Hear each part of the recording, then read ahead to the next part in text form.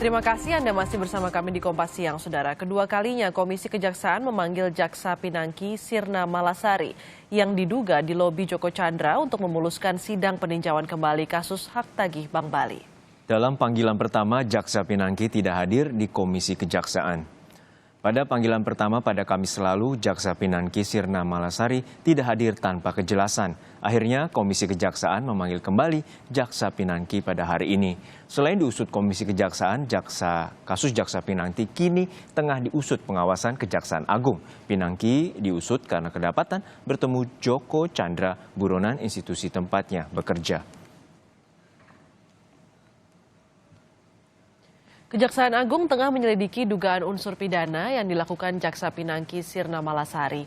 Sebelumnya, Jaksa Pinangki telah dicopot dari jabatannya karena diduga terlibat dalam kaburnya terpidana Joko Chandra setelah beredarnya foto dirinya bersama Joko Chandra dan kuasa hukumnya. Jaksa Pinangki sebelumnya menjabat Kepala Sub Bagian Pemantauan dan Evaluasi pada Biro Perencanaan Kejaksaan Agung. Yang jelas kita sudah tindak Jaksa P tersebut.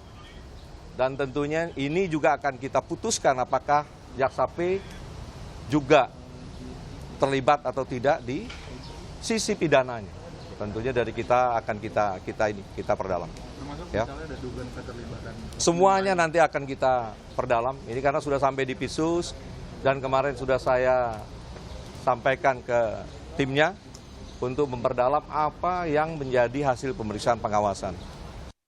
Bagaimana pemeriksaan Jaksa Pinangki di Komisi Kejaksaan saat ini? Kita temui rekan Putri Oktaviani di Komisi Kejaksaan Jakarta. Okta, saat pertama pemanggilannya Jaksa Pinangki telah mangkir. Lalu apakah hari ini Jaksa Pinangki telah menghadiri panggilan di Komisi Kejaksaan? Ya, selamat siang Juno dan juga saudara. Memang betul kalau sebelumnya Jaksa Pinangki sudah sempat diberikan undangan oleh Komisi Kejaksaan Republik Indonesia dan justru mangkir tanpa keterangan, dan hari ini memang dijadwalkan Jaksa Pinangki kembali diundang oleh Komisi Kejaksaan. Tetapi sampai saat ini kami pun juga masih belum melihat tanda-tanda kedatangan dari Jaksa Pinangki. Untuk pemeriksaannya sendiri sebetulnya secara garis besar adalah terkait dengan keterlibatan antara Jaksa Pinangki dengan terdakwa kasus pengalihan hak tagih Bank Bali atau CSI dari Bank Bali, yakni Joko Chandra. Tetapi untuk lebih lengkapnya saya sudah bersama dengan Ketua Komisi Kejaksaan Republik Indonesia, yakni Barita Simanjuntak. Selamat siang Pak Barita. Selamat siang Mbak Okta. Pak Barita, hari ini kan dijadwalkan menjadi panggilan yang kedua seperti itu ya untuk Jaksa Pinangki. Nah, sebetulnya Pak, apa yang akan digali dari Komisi Kejaksaan terhadap Jaksa Pinangki?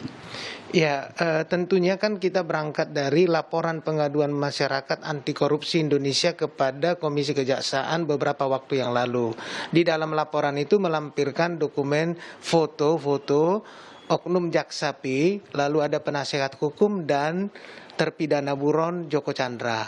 Dilengkapi dengan dokumen-dokumen pendukung lainnya untuk ditindaklanjuti komisi. Berdasarkan ketentuan yang berlaku, Komisi Kejaksaan itu wajib menindaklanjuti laporan pengaduan masyarakat dimaksud.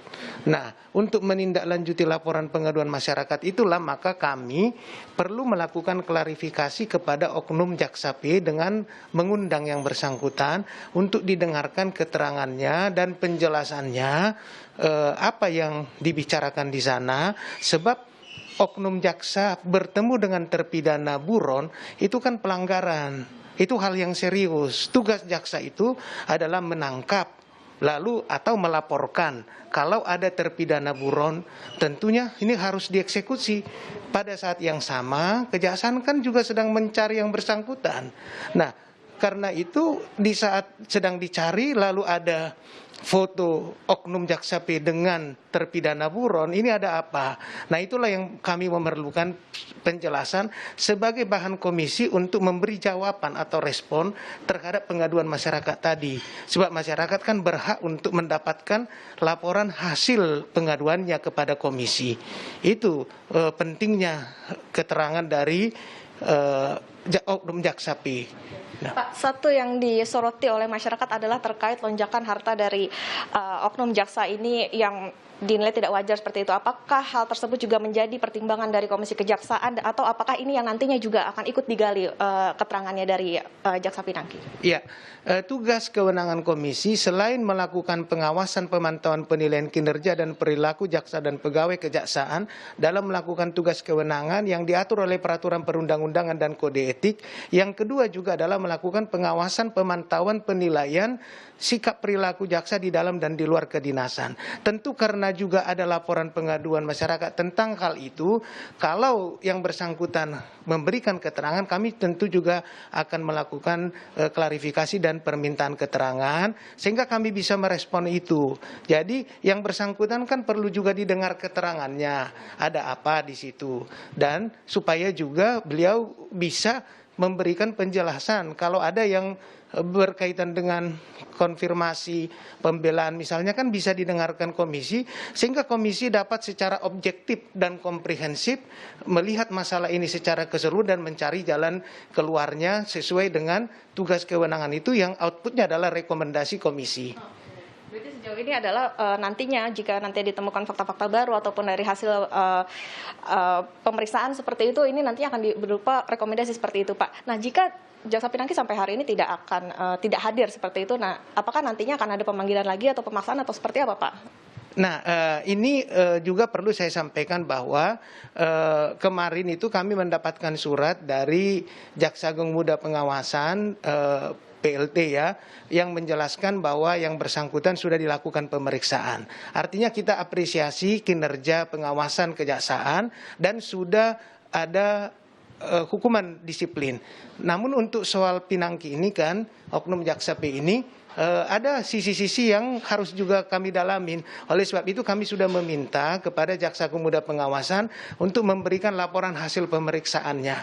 Sehingga kalau pengawas internal kejaksaan sudah melakukan tugas pemeriksaan, kami tentu memerlukan laporan hasil pemeriksaan untuk mendalami apakah substansi laporan pengaduan masyarakat yang disampaikan ke komisi sudah terjawab tidak dari hasil pemeriksaan yang dilakukan oleh pengawas internal. Jadi artinya untuk sampai pada rekomendasi tadi, kami salah satu sumber informasi penting adalah keterangan dari oknum Jaksa P. Dua adalah dari laporan hasil pemeriksaan yang dilakukan oleh pengawas internal. Selain itu dokumen-dokumen pendukung lainnya yang juga kami sudah dapatkan. Jadi itu supaya kita dapat memberikan rekomendasi yang komprehensif dan objektif. Namun komisi tidak memiliki kewenangan atau upaya paksa.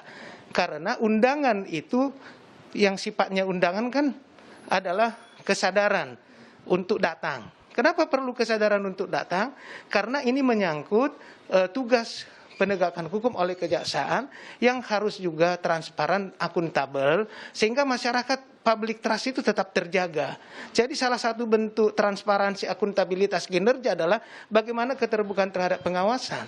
Kami tentu tidak punya upaya paksa, tetapi kesadaran untuk menjaga marwah dan martabat institusi kejaksaan tentu juga harus ditunjukkan melalui kepatuhan terhadap seluruh proses yang tujuannya adalah agar kita dapat menjaga public trust kejaksaan.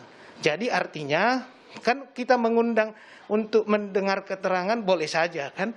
Jadi artinya itu tujuan dan kepentingannya baik.